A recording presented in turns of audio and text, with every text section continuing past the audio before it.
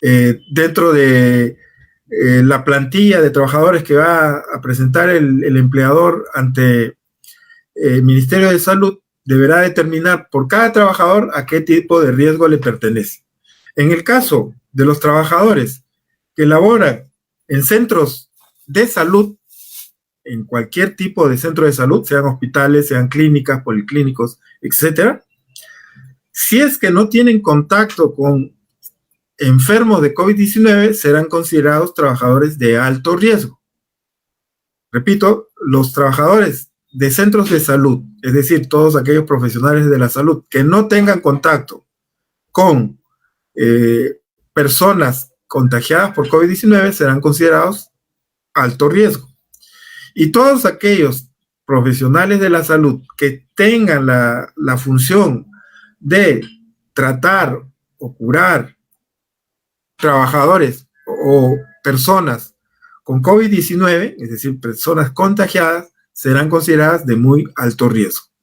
Por consiguiente, repetimos, en estos casos de trabajadores de alto y muy alto riesgo, las pruebas, sean serológicas o moleculares, son obligatorias. Los trabajadores de mediano riesgo y bajo riesgo no son obligatorias, salvo indicación del profesional de la salud o médico del Servicio de Seguridad y Salud en el trabajo de la empresa.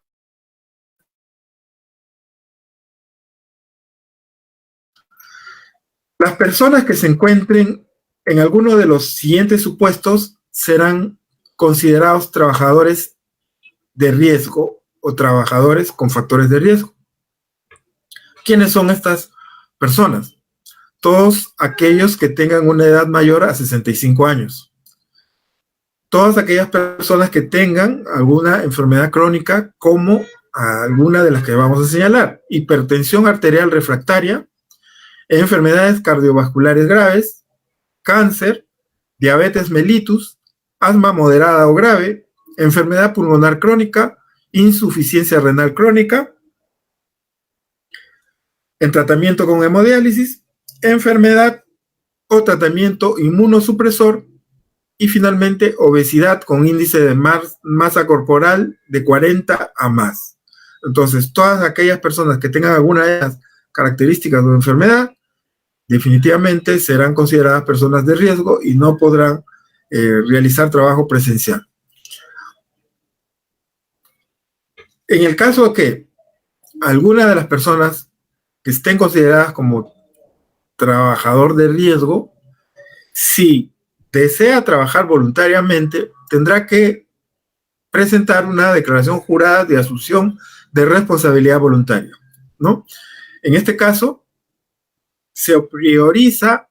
el trabajo remoto para los trabajadores en grupos de riesgo. Sin embargo, en caso que el trabajador, por voluntad propia, desee concurrir a trabajar o prestar servicios en las actividades que estén autorizadas, pueden suscribir una declaración jurada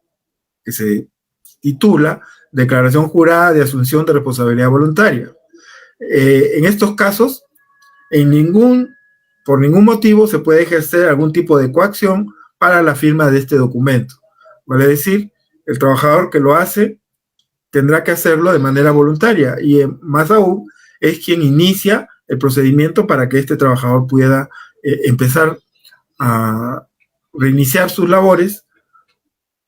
presentando la solicitud para concurrir a trabajar o prestar servicios de manera presencial.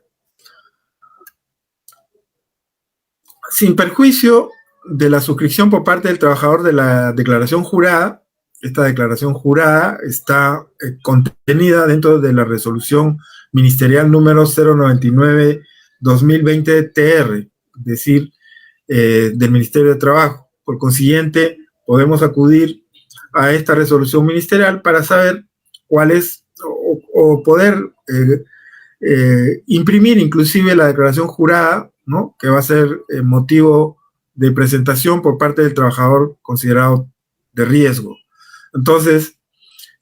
una vez que el trabajador suscribe esta declaración jurada, el empleador mantiene obviamente la responsabilidad por la gestión de la seguridad y salud en el trabajo de este trabajador, ¿no? Es decir, tendrá que velar porque este trabajador, como todos los demás, esté en condiciones adecuadas de trabajo, de tal forma de que se evite, se prevenga el contagio del COVID-19. Además, la autoridad inspectiva de trabajo, en el ámbito de sus competencias, ejerce la labor de prevención, supervisión, fiscalización y sanción. Por consiguiente, también será motivo de fiscalización dentro del proceso de inspecciones laborales. Así es que, en ese sentido, también será motivo de verificación o supervisión o inspección de los inspectores de trabajo. El plan de vigilancia, prevención y control COVID-19 en el trabajo deben contener medidas a implementar respecto a practicantes, visitantes y proveedores, ya lo habíamos dicho, y debe ser asumido en su integridad por el empleador como parte del sistema de gestión de seguridad y salud en el trabajo. Es decir, toda medida que se implemente dentro de una empresa, de una actividad, debe ser asumida como parte del sistema de gestión de seguridad y salud en el trabajo. Durante la vigencia de la emergencia sanitaria por COVID-19, las entidades públicas, empresas públicas y privadas que no cuenten con un servicio de seguridad y salud en el trabajo o vigilancia de la salud de los trabajadores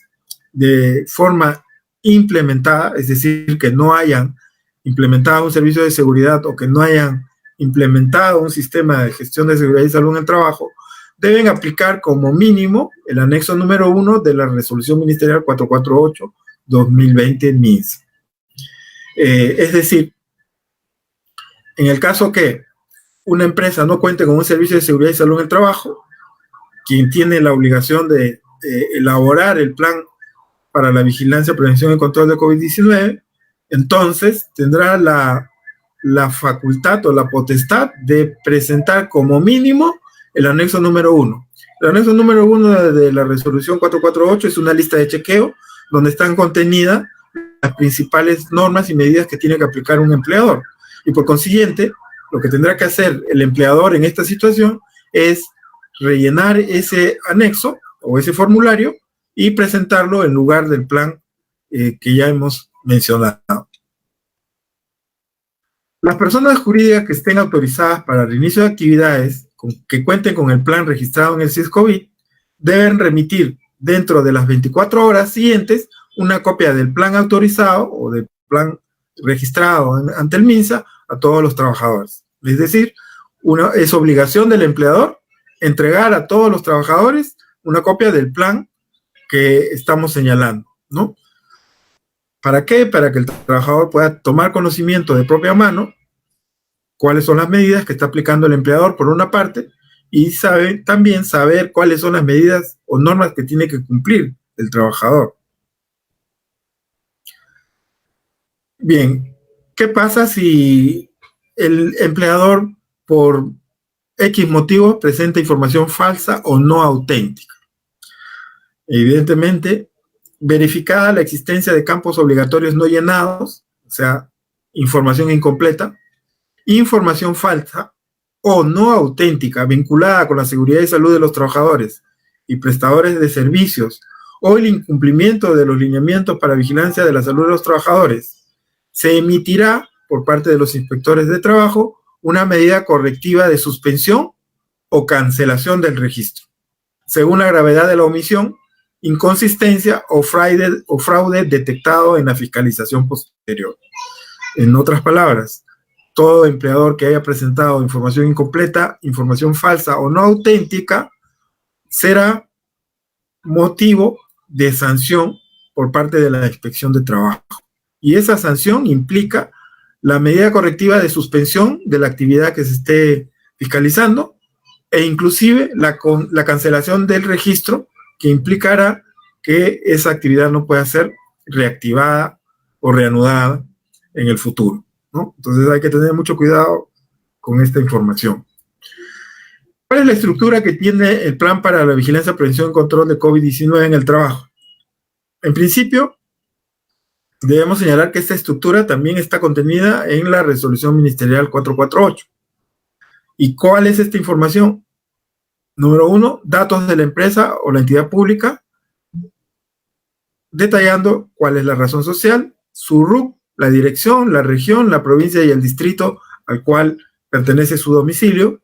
los datos del lugar de trabajo. En caso de tener diferentes sedes, tendrá que desarrollar allí un listado de todas las sedes que pudiera tener la empresa o el empleador, los datos de servicios de seguridad y salud en el trabajador, como son la nómina de los profesionales, es decir, se tiene que indicar quiénes son los profesionales que forman parte del servicio de seguridad y salud, nómina de profesionales de la salud, tipo y número de documento, nombres y apellidos completos del trabajador o profesional de la salud, fecha de nacimiento, edad, profesión, especialidad, número de colegiatura, registro nacional de especialidad, esto es opcional en el caso de médicos, correo electrónico, celular, puesto de trabajo, lugar de trabajo, centro de trabajo, en el caso de tener diferentes sedes. Bien, esta información, además, en el punto 4, nómina de trabajadores por riesgo de exposición a COVID-19. Está claro que hay que presentar una lista, el listado de todos los trabajadores, indicando sus apellidos, apellido paterno, materno, nombres, régimen laboral, tipo de documento, número de documento, modalidad de trabajo, si es presencial, es teletrabajo o trabajo remoto, el factor de riesgo, así como la comorbilidad que pueda tener el trabajador, el puesto de trabajo, el nivel de reinicio para COVID-19, el reinicio de actividades, si es reingreso o reincorporación, y la fecha que reinicia sus actividades cada trabajador. Asimismo, como parte de la estructura, tenemos